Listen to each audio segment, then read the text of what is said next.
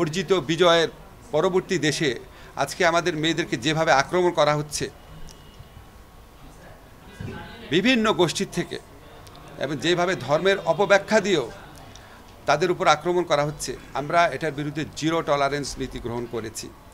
এর আগে আপনারা দেখেছেন আমাদের সরকারের পক্ষ থেকে বলা হয়েছে যে আমরা কোনোভাবেই কোনো অজুহাতে কোনো রকম মরাল পুলিশিং করার দায়িত্ব কোনো নাগরিককে দেওয়া হয়নি। বাংলাদেশের কোনো আইনে এই অধিকার কাউকে দেওয়া হয় নাই।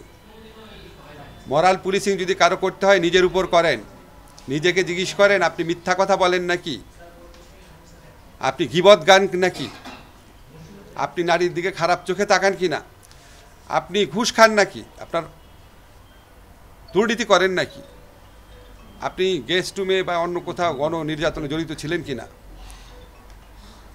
ইসলামের যে 5টা ফরজ আছে সেটা আপনি পালন করেন কি না, এই মোরাল পলিসি নিজের সাথে আগে করেন, তারপর অন্যের উপর মাতবরি দেখাতে এসেন। এটা হচ্ছে আমার সাধারণ নাগরিক হিসাবে যারা আমাদের মেয়েদেরকে রাস্তাঘাটে বিভিন্ন জায়গায়, বিশেষ সাইবার স্পেসে যারা বিভিন্নভাবে উত্ত্যক্ত করছেন, তারা আগে নিজের প্রতি মোরাল পলিসিং করবেন, তারপর নিজের মা বাবা, নিজের ভাই বোন, নিজের স্ত্রী পরিবার তার প্রতি করবেন, তারপর আপনি বিবেচনা করবেন ইসলাম আপনাকে অন্য কারো উপর মোরাল পলিসিং করার অধিকার দিয়েছে কিনা। প্রথমে নিজেরটা করবেন। আমি যতটুকু ধর্ম বুঝি সবচেয়ে আগে নিজেকে পরিশুদ্ধ করতে হবে। নিজে কতটুকু পরিশুদ্ধ হয়েছেন সেটা চিন্তা করেন। আমাদের মেয়েদেরকে বিভিন্ন অজুহাতে যারা উত্ত্যক্ত করবেন অবশ্যই তাদেরকে আমরা দমন করব।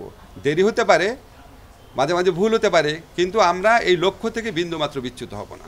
এই ঈদে জামা জুতো অ্যাক্সেসরিজের ডিসকাউন্ট